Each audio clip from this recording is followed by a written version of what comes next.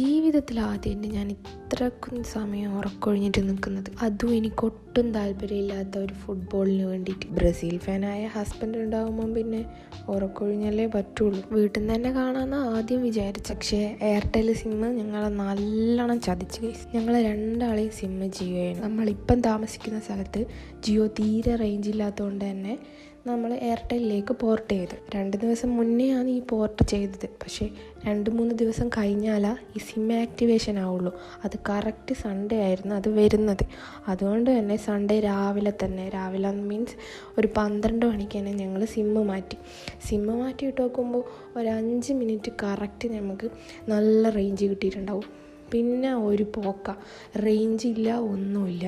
ഞങ്ങൾക്ക് ആരും അങ്ങോട്ട് വിളിക്കാനും പറ്റുന്നില്ല, ആർക്കും ഇങ്ങോട്ടും കോണ്ടാക്ട് ചെയ്യാൻ പറ്റുന്നില്ല. എന്താ ചെയ്യേണ്ടതെന്ന് ഒരു പിടിയും കിട്ടുന്നില്ല. പിന്നെ ഞങ്ങൾ രണ്ടും കൽപ്പിച്ച് വണ്ടി എടുത്ത് ഇറങ്ങി. തലശ്ശേരിയെല്ലാം കുറേ നോക്കി, ഇവിടെയും കാണാത്തതുകൊണ്ട് നമ്മൾ നേരെ വീട്ടിലേക്ക് തിരിക്കാമെന്ന് വിചാരിച്ചു. അങ്ങനെ വീട്ടിലേക്ക് വരുന്ന വഴി ചായക്കട കയറി നല്ല ബ്രെഡ് ഓംപ്ലേറ്റും ചായയൊക്കെ കഴിച്ച് ഞങ്ങൾ നേരെ അവിടെ നിന്ന് തിരിച്ച്.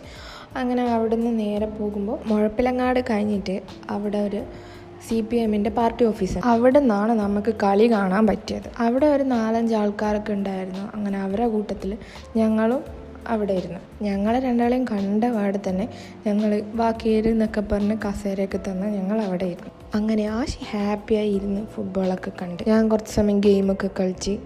അങ്ങനെ സമയം നോക്കുമ്പോൾ 5:30 കഴിഞ്ഞു. ഒരു 5:35 ആയപ്പോൾ കളിയും കഴിഞ്ഞ് ഞങ്ങൾ നേരെ വീട്ടിലേക്ക് വിട്ടു.